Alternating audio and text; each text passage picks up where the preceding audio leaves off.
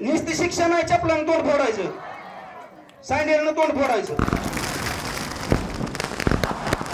पाणी नंतर गावात इतकी त्याचा फोटो आम्ही काढणार आणि ग्रामपंचायत मध्ये देणार.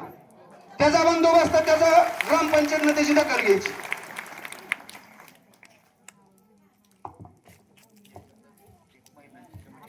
हा महिला महिला महिला कमिटी स्थापन होती, पण आता मी माझं मनोबत व्यक्त करू का तुमचं करायचं?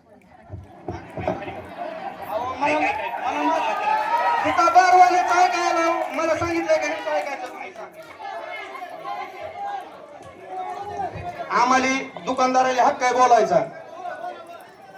एक मिनिट कुणी हे नाही कर नका.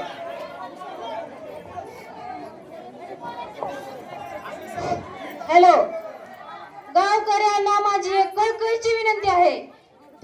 संपूर्ण दादांना भाऊंना माझी एक कळकळीची विनंती आहे की गोंधळ कुणी सुद्धा घालवू नका. एकानं विषय कंप्लीट क्लिअर करा. कळकळीची विनंती आहे की गोंधळ कुणी सुद्धा घालू नका. माझी पाया पडून हात जोडून कळकळीची विनंती आहे. एवढा शब्द एक बहीण म्हणून माना आणि गोंधळ कुणी सुद्धा घालू नका. खरं वाक्य सगळ्याला समजू द्या, महिलांना खरा असा समजू द्या. खरं काय आहे ते सगळं समोर येऊ द्या आणि प्रत्येकाने आपल्या आपल्या फक्त 2-4 शब्दात मान व्यक्त करा.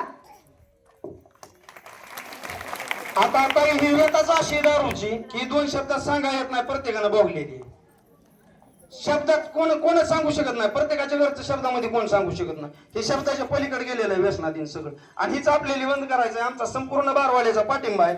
फक्त एकच की आता इथं काय होतंय तुम्हाला मी सांगतो. आम्ही दारू बंद केली, आम्हाला शासनाचं बंधनकारक आहे, बरोबर आहे. आम्ही जर 11 वाजायच्या पुढे दुकान चालू ठेवलं, लगेच पोलीस साहेब येणार, आम्हाला घेऊन जाणार. दुसरी गोष्ट, पहिली गोष्ट म्हणजे वेळेचं बंधन.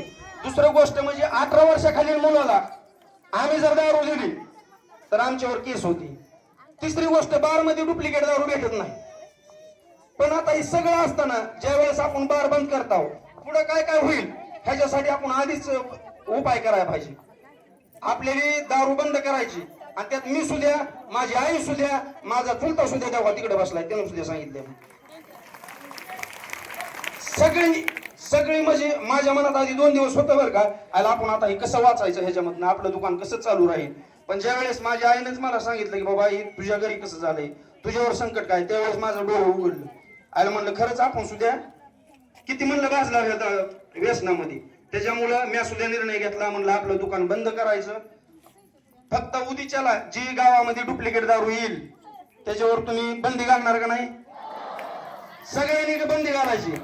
आणि समजा गावातून जर कुणी बाहेरगावी गेलं, तिथनं दारू आणली, गावात जर पोच केली, त्यांचा जर फोटो ग्रामपंचायत मध्ये आम्ही दिला तर तुम्ही त्याला काय करणार?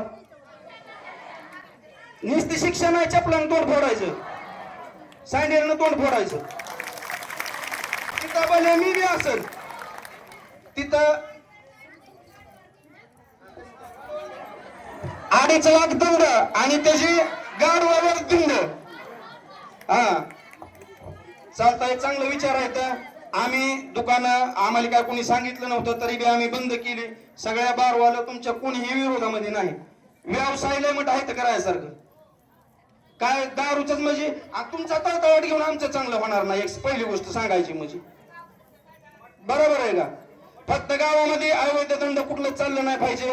आता जर वरच्या शाळेत मध्ये गेला तर इतकाला सिगरेटचा तुकडा पडलेला आहे, आहेत का नाही? तर तुम्ही जाऊन बघा. पुढा गोवा गुटखा तिथं पडलेला आहे, हाय का? तुम्ही तिथं जाऊन बघा. गावात कुठलंही दारू असेल, गुटखा असेल आणि मटका असेल, अवैधरित्या जे चलन ती संपूर्ण तुम्ही सगळ्यांनी बंद करायचं.